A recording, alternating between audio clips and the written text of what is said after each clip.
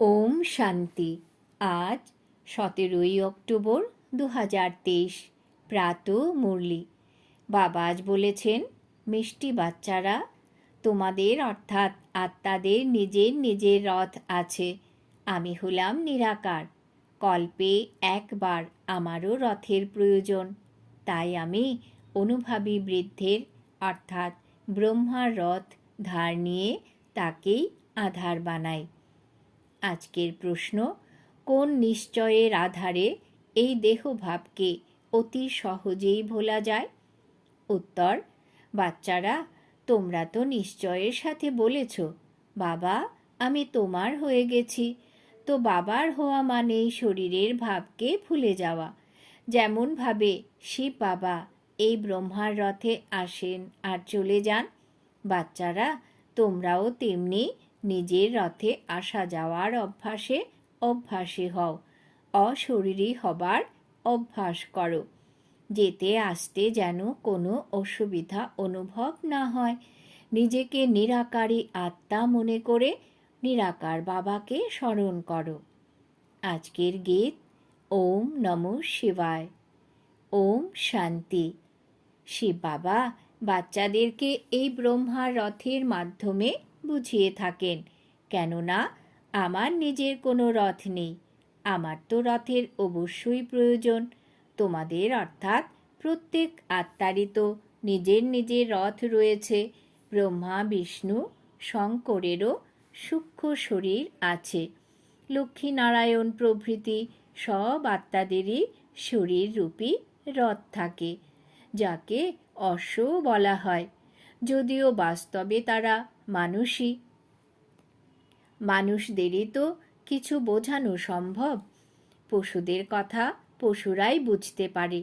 এই দুনিয়াটা হলো মনুষ্য সৃষ্টি জগৎ। তাই মনুষ্য সৃষ্টির বাবা তোমাদের অর্থাৎ মনুষ্যদের সামনে বসেই সেসব বোঝাচ্ছেন। অর্থাৎ মানুষের মধ্যে যে আত্মা থাকে তাকেই বোঝাচ্ছেন। তিনি সরাসরি জানতে চান তোমাদের অর্থাৎ আত্মাদের প্রত্যেকেরই নিজের নিজের শরীর আছে, তাই তো? প্রত্যেক আত্মাই যেমন শরীর গ্রহণ করে, তেমনি আবার শরীর ত্যাগও করে। লোকেরা বলে আত্মা 84 লক্ষ বার জন্ম নেয়, যা একেবারেই ভুল।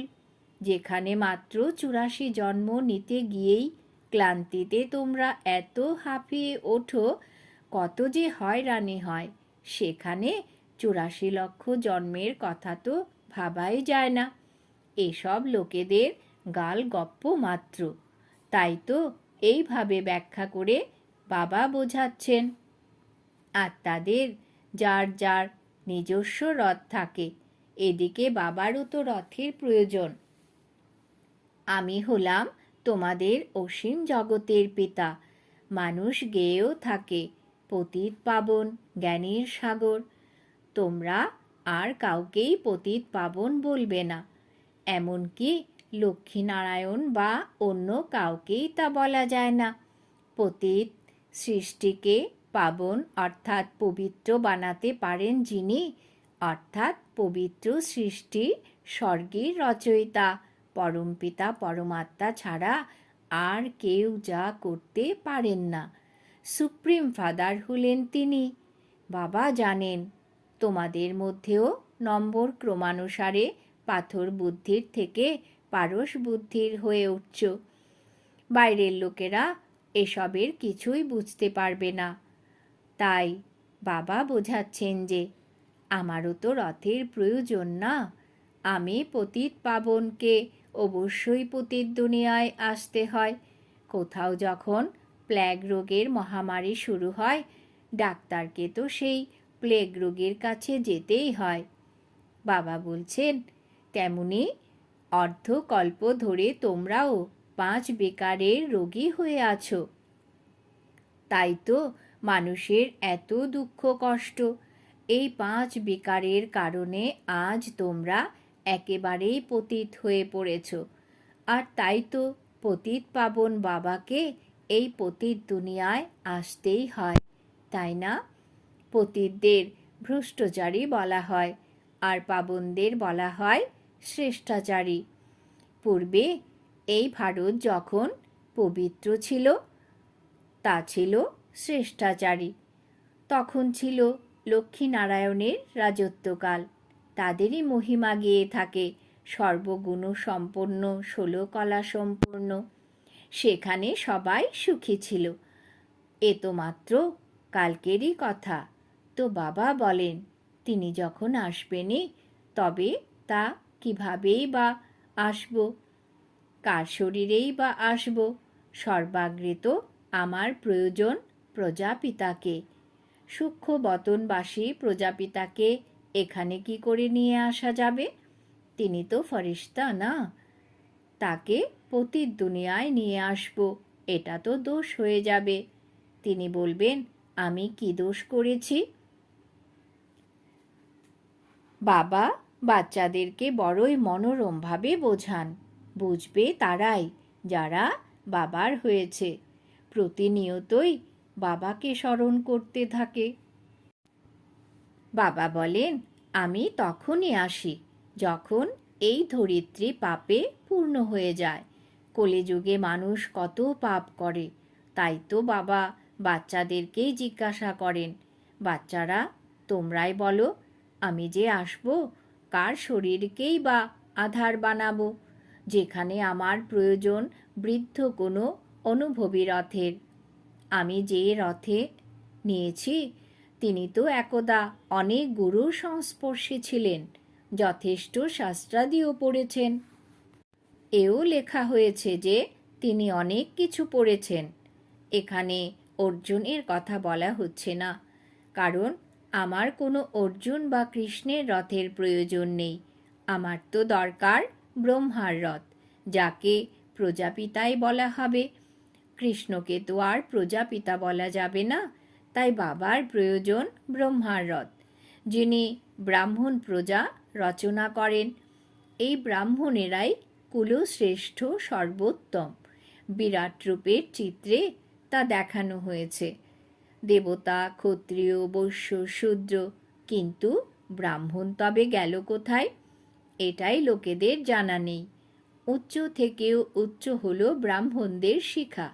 পূর্বে এই টিকি দেখেই বোঝা যেত ইনি ব্রাহ্মণ, কিন্তু প্রকৃত টিকিধারী তো তোমরাই হলে রাজ ঋষি, যাদের রয়েছে বিশাল টিকি।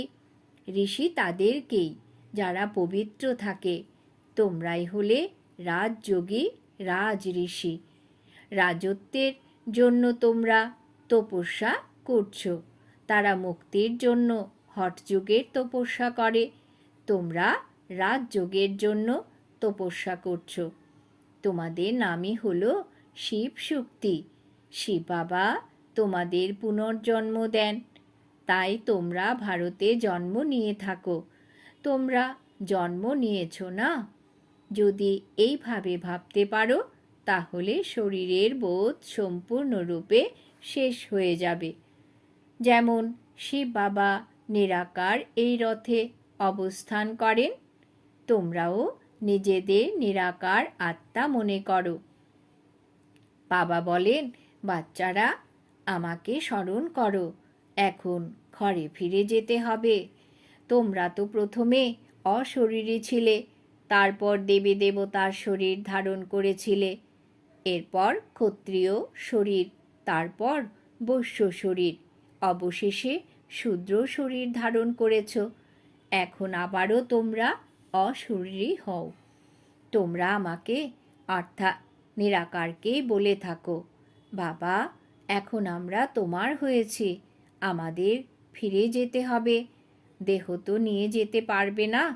হে আত্মারা, এখন বাবাকে আর সুইট হোমকে স্মরণ করো।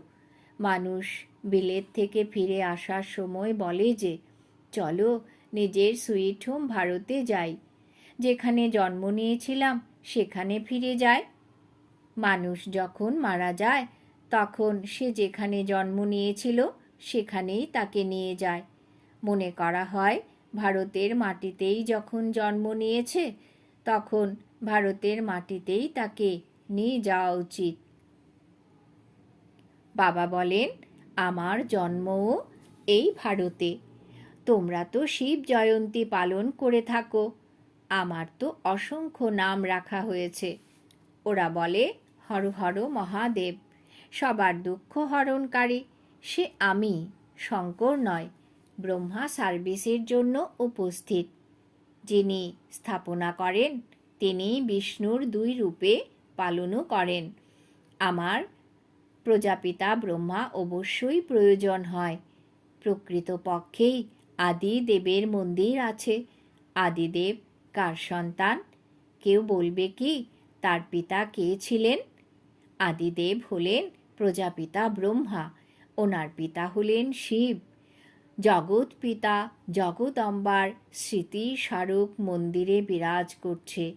এই আদিদেব ব্রহ্মা রথে বসে বাবা জ্ঞান প্রদান করেন। সব বাচ্চারা মন্দিরের ভেতরে বসে আছে। সবার জন্য তো মন্দির নির্মাণ হবে না। প্রধান হলো 108-এর মালা। সুতরাং মন্দিরের ভেতরে 108টা কুঠুরি তৈরি করা হয়েছে। 108-এর পূজা করা হয়। প্রধান হলেন শিব বাবা, তারপর ব্রহ্মা সরস্বতী যুগল, শিব বাবা ওপরে ফুল। ওনার তো নিজের শরীর নেই। ব্রহ্মা সরস্বতীর নিজের শরীর আছে। শরীর ধারণকারীদের মালা তৈরি করা হয়। সবাই মালাকে পূজা করে। পূজা সম্পূর্ণ করে তারপর শিব বাবাকে প্রণাম করে, তার সামনে মাথা নত করে।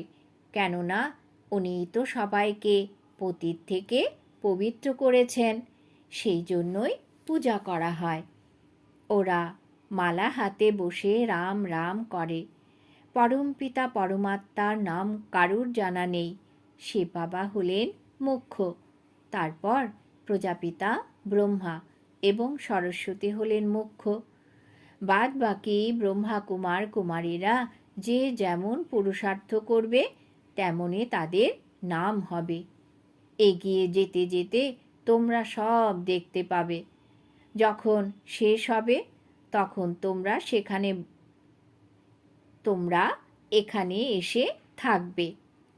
বাবা বলেছেন যখন শেষ হবে তখন তোমরা এখানে এসে থাকবে। যারা পাক্কা অর্থাৎ সম্পূর্ণ যোগী হবে তারাই থাকতে পারবে। ভোগী তো সামান্য শব্দ শুনেও শেষ হয়ে যাবে। কিছু মানুষ অপারেশন করার দেখেই আনকনসাস অর্থাৎ অজ্ঞান হয়ে যায়। দেশ ভাগের সময় কত মানুষ মারা গেছে।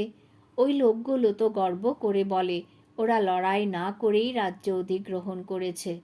কিন্তু এত মানুষ মারা গেছে যে জিজ্ঞাসা করো না। এখানে সব মিথ্যা মায়া। এখন সত্য বাবা বসে তোমাদের সত্য শোনাচ্ছেন। বাবা বলেন আমার তো রথ অবশ্যই প্রয়োজন। আমি সাজন যখন বড়, সুতরাং স্বজনেকেও বড় হতে হবে।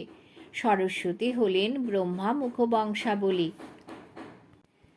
তিনি ব্রহ্মার যুগল নন, ব্রহ্মার কন্যা। ওনাকে জগদম্বা কেন বলা হয়?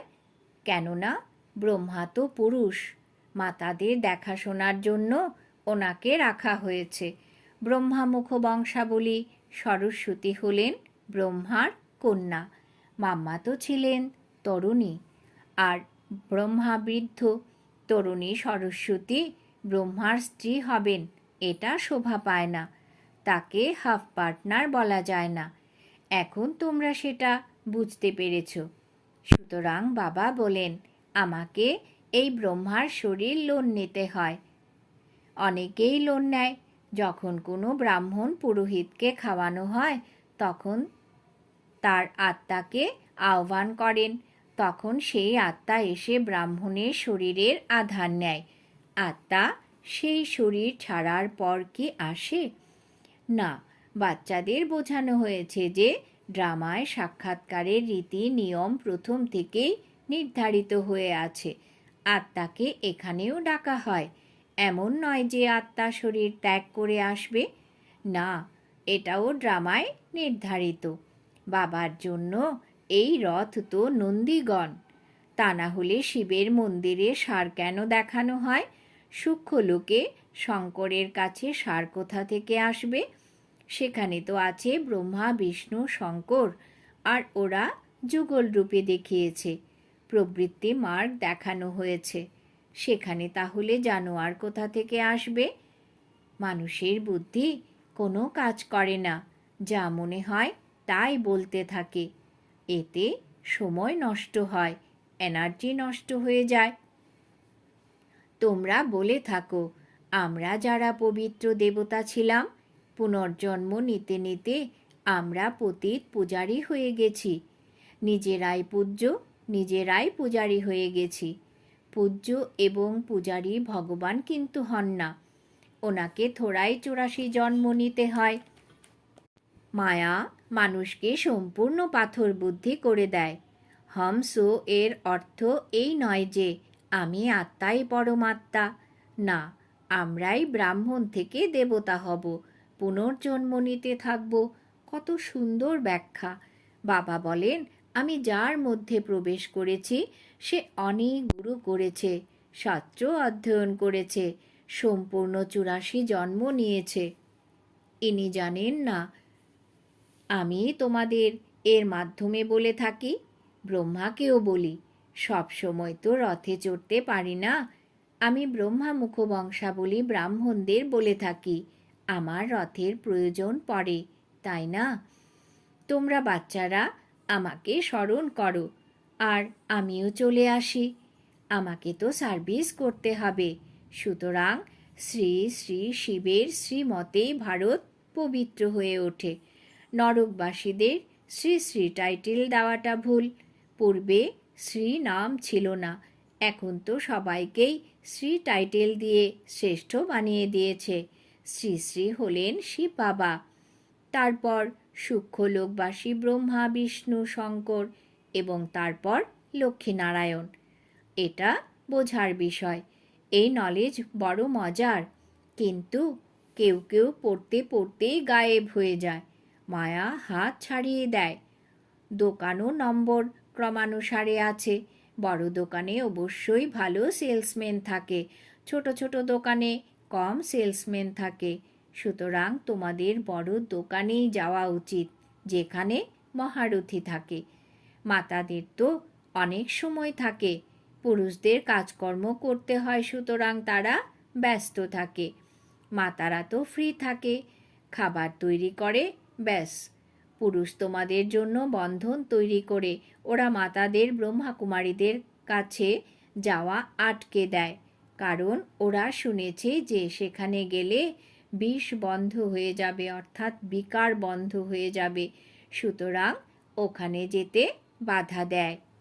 শিব বাবা এমনই পিচ্ছিল যে তোমরা তাকে ক্ষণে ক্ষণেই ভুলে যাও।